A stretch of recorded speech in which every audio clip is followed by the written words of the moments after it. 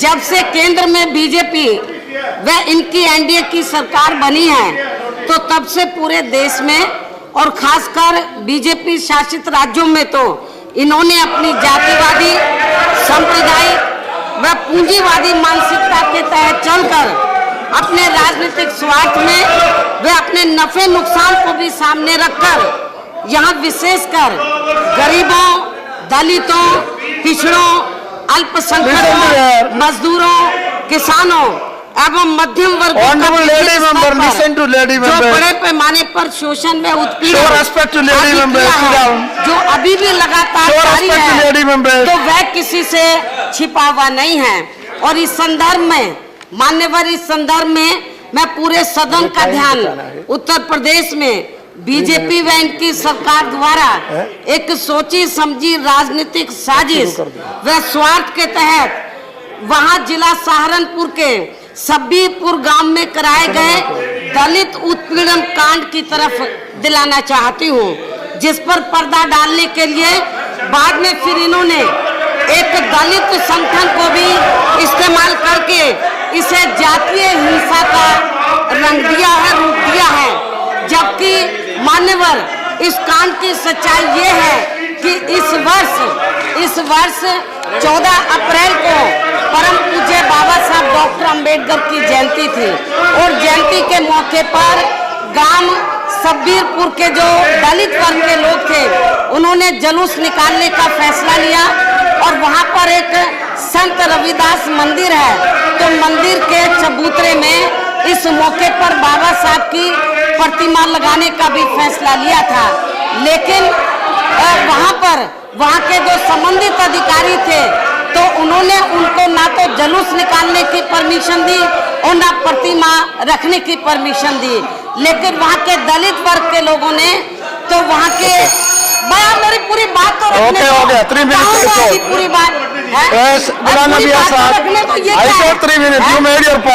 अभी तो मामला है, मेरी बात तो रखने दीजिए। तो मानने ये ठीक नहीं है, ये 3 मिनट हो गया, अभी मैंने 3 मिनट में बोलना है माननीय उपसभापति जी, 3 मिनट में बोलना है। सवाल 3 मिनट का नहीं है, मामला गंभीर है। माननीय उपसभापति जी, तो वहाँ जो दलित वर्ग के लोग थे सब्बीपुर गांव के, तो उन्होंने अधिकारियों की बात मानकर ना तो जुलूस निकाला और ना ही प्रतिमा रखी, तो और उनका अधिकारियों की बात मान ली। उसके बाद 14 अप्रैल के बाद अगले महीने फिर 5 मई को महाराणा प्रताप की जयंती के मौके पर तो उनके अनुयायी लोग तो वहां पर जुलूस निकाल रहे थे, तो वहां के दलित वर्ग के लोगों ने तो जो अनुयायी लोग थे उनसे उन्होंने झगड़ा नहीं किया, उनको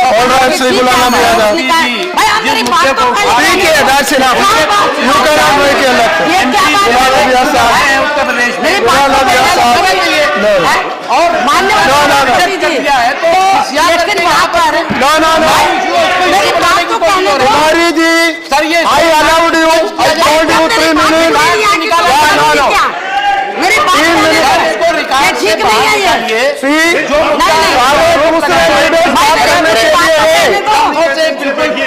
भाई मेरी बात So now you made your point, I understood। नहीं ये you made your point, I understood। नहीं I have to allow others also। I allowed you first। Notice है, No। 0 आवर नहीं है ये। You cannot monopolize। No, don't do that। 0 our नहीं है ये। स्थगन प्रस्ताव मैंने बोला आप 3 मिनट बोलना है। दो आप, मेरी थोड़ी और बात है। अभी तो 5 मिनट हो गया भाई, मैंने बोला 3 मिनट।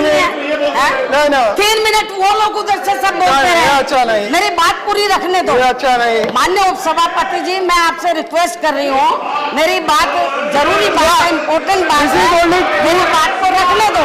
Yes। तो in कहना चाहती हूँ in 267 अगले you can only ask for a discussion, that is already asked, so it is over। You cannot make a speech here। No, Ghulam Nabi Azad. ये ऐसे कैसे हो जाएगा ये? मुझे बोलने नहीं दोगे? राज्यसभा से इस्तीफा देती हूँ। I have so many names। बोलने नहीं दोगे? दोगे तो मुझे इस सदन में रहने का कोई अधिकार नहीं है फिर, हैं? Look here. यदि आप मुझे बोलने नहीं दोगे तो मैं आज ही इस्तीफा देती हूँ। मैं आज इस्तीफा देती हूँ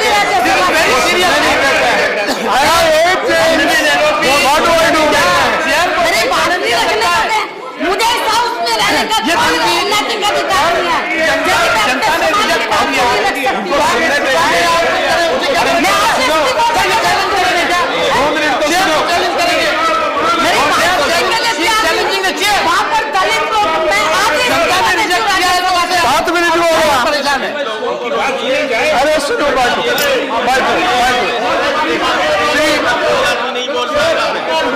मुझे मेरी बात नहीं रखने देंगे। बात दलितों के साथ मार पीटी है, उनके साथ ऊपर घर जमाकर रात करती है, वहाँ गर्भवती महिलाओं के साथ जुल्म जाती हुई है। Because you are making noise, I am not able to control them also. बाद भी लोगों को उधर मारा गया है, मेरी बात नहीं रखने दे रहे हो। यदि मैं अपने समाज की बात नहीं रख सकती हूँ तो मुझे लानत है इस राज्यसभा में रहने का। मैं आज ही फिर राज्यसभा से इस्तीफा देती हूँ। मुझे कोई इस हाउस में बैठने का अधिकार नहीं है। जिस समाज से मैं ताल्लुक रखती हूँ, यदि मैं अपने समाज के हितों की बात, उनके हितों को प्रोटेक्ट नहीं कर सकती, उनके जुल्म जाति You can ask for a discussion. What more you want? House में रहने का अधिकार No. नहीं है नैतिक। मैं हाउस से इस्तीफा दे रही हूँ। Yeah. Okay.